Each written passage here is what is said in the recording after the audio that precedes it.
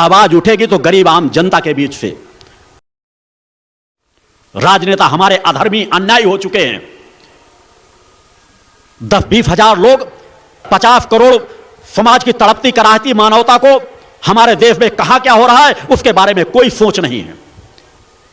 कोई कह रहा है विदेशों का हम धन ले आएंगे उससे देश खुशहाल हो जाएगा।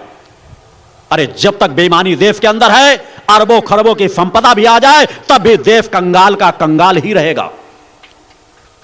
विदेशों को जो संपदा ले गए हैं उसको अगर हम पैर पे ठोकर मार दें, मगर आज ईमानदारी आज मानवता हम समाज के अंदर भर दें तो आज हमारा देश सोने की चिड़िया 1 वर्ष के अंदर अंदर बन जाएगा। आज भी आप लोग देखते हैं कि कहीं 400 करोड़ पकड़ा जा रहा है, कहीं 500 करोड़ पकड़ा जा रहा है, कहीं किसी के यहां छापा पड़ता है वहां इतना सोना चांदी पकड़ा जा रहा है। 5-5 हजार वेतन पाने वालों के यहां 500-500 करोड़ की प्रॉपर्टी पकड़ी जा रही है। अभी हाल का कॉमनवेल्थ गेम हुआ, आप सभी लोगों को मालूम है कि बेईमानी का भ्रष्टाचार का कितना बोलबाला रहा। यह 50 करोड़ भारतीय जनता के मुंह पर एक तमाचा था कॉमनवेल्थ गेम। आज हमारा समाज भुखमरी का शिकार है और हम विश्व को दिखाना क्या चाहते हैं कि हमारा भारत कितना विकासशील हो गया है। कोई इंडिया साइनिंग का नारा दे रहा है, कोई कॉमनवेल्थ के नाम पे विकासशील अपने आप को दिखाना चाह रहा है।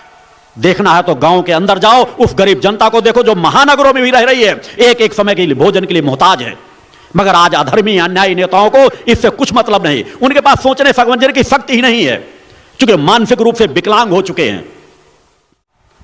आवाज उठेगी तो गरीब आम जनता के बीच से, आवाज उठेगी तो भक्ति मानव कल्याण संगठन के माध्यम से।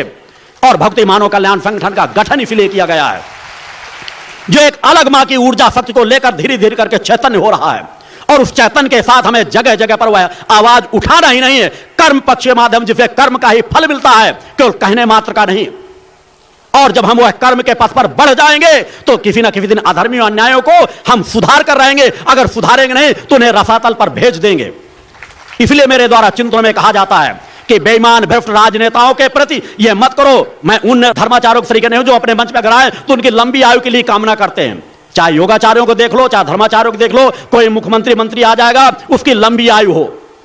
मैं कह रहा हूं जितने भ्रष्ट बेईमान राजनेता उनको नित्य माफी अगर कुछ मांगो तो सबसे पहले कहो कि अधर्मी अन्यायियों का एक्सीडेंट हो, ये प्लेन दुर्घटनाओं में मारे जाएं, ये आतंकवादियों के गोलियों के शिकार हो, ये आपस में लड़ झगड़ करके मरे, तभी देश का कल्याण होगा।